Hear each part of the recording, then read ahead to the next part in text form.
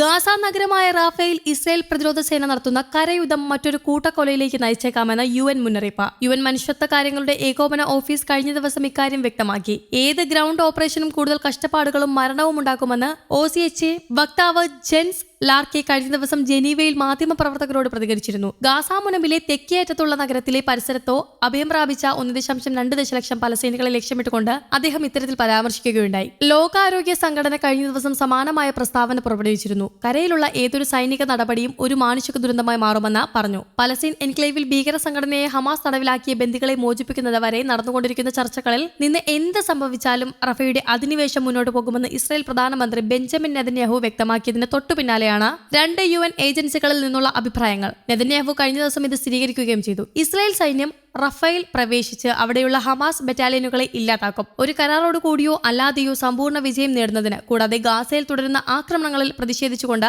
ഇസ്രായേലുമായുള്ള എല്ലാ വ്യാപാര ബന്ധങ്ങളും അവസാനിപ്പിക്കാൻ തുർക്കി രംഗത്ത്. കഴിഞ്ഞ മാസം മുതൽ ഇസ്രായേലിലേക്കുള്ള കയറ്റുമതിയിൽ തുർക്കി നിയന്ത്രണം ഏർപ്പെടുത്തിയിരുന്നു. ഇതിന് പിന്നാലെയാണ് വ്യാപാര ബന്ധം പൂർണ്ണമായും അവസാനിപ്പിക്കുന്നതിനായി തുർക്കി അറിയിച്ചിരിക്കുന്നത്. നടപടി വ്യാഴാഴ്ച മുതൽ രാജ്യത്ത് പ്രാബല്യത്തിൽ വന്നു. വെടിനിർത്തൽ ഏർപ്പെടുത്തുന്നത് വരെ വ്യാപാര ബന്ധം തുടരില്ലെന്നും സർക്കാർ വൃത്തങ്ങൾ അറിയിച്ചിട്ടുണ്ട്. ഇസ്രായേൽ നടത്തുന്ന കൂട്ടക്കൊല തുടരുന്നതും അന്താരാഷ്ട്ര വെടിനിർത്തൽ ശ്രമങ്ങളെ ഇസ്രായേൽ സർക്കാർ അവഗണിക്കുകയും തടയുകയും ചെയ്തതിനാലാണ് ഇത്തരമൊരു തീരുമാനമെടുത്തതെന്ന് സർക്കാർ പ്രസ്താവനയിലൂടെ പറഞ്ഞു. ഇസ്രായേലിലേക്കുള്ള 54 ഉൽപ്പന്ന ഗ്രൂപ്പുകളുടെ കയറ്റുമതി തുർക്കി നേരത്തെ നിയന്ത്രിച്ചിരുന്നതാണ്. ഇസ്രായേൽ സർക്കാർ അതിന്റെ ആക്രമണാത്മക പെരുമാറ്റം തുടരുന്നുവെന്നും പലസ്തീനിലെ മാനുഷിക ദുരന്തം കൂടുതൽ വഷളാകുന്നുവെന്നും പ്രസ്താവനയിൽ കൂട്ടിച്ചേർത്തിരുന്നതുമാണ്. ഗാസയിലേക്കുള്ള മാനുഷിക സഹായം തടസ്സമില്ലാതെ തുടരുന്നത് വരെ തുർക്കി നടപടികളുമായി മുന്നോട്ട് പോകുമെന്നും സർക്കാർ വ്യക്തമാക്കിയിട്ടുണ്ട്. മറുവശത്ത് പലസ്തീൻ ജനതയെ ഈ നിയന്ത്രണങ്ങൾ ബാധിക്കില്ലെന്ന് ഉറപ്പാക്കാൻ തുർക്കി വ്യാപാര മന്ത്രാലയം പലസ്തീൻ അധികാരികളുമായി ചർച്ച നടത്തിയെന്നും അന്താരാഷ്ട്ര മാധ്യമങ്ങൾ റിപ്പോർട്ട് ചെയ്തു. ടർക്കിഷ് സ്റ്റാറ്റിസ്റ്റിക്കൽ ഇൻസ്റ്റിറ്റ്യൂട്ടിന്റെ കണക്കുകൾ അനുസരിച്ച് 2023 ഇരു രാജ്യങ്ങളും തമ്മിലുള്ള വ്യാപാരം $6.8 ബില്യൺ ആയിരുന്നു. തുർക്കിയുടെ കയറ്റുമതി മൊത്തം 76% വരും. കൂടാതെ ഇസ്രായേൽ പ്രധാനമന്ത്രി ബെഞ്ചമിൻ നെതന്യാഹുവിന് എതിരായ അറസ്റ്റ് വാറന്റ് തടയുന്നതിനായി അന്താരാഷ്ട്ര ക്രിമിനൽ കോടതിയെ ഭീഷണിപ്പെടുത്തിയ സംഭവത്തെ അപലപിച്ച് കോടതി രംഗത്തെത്തി.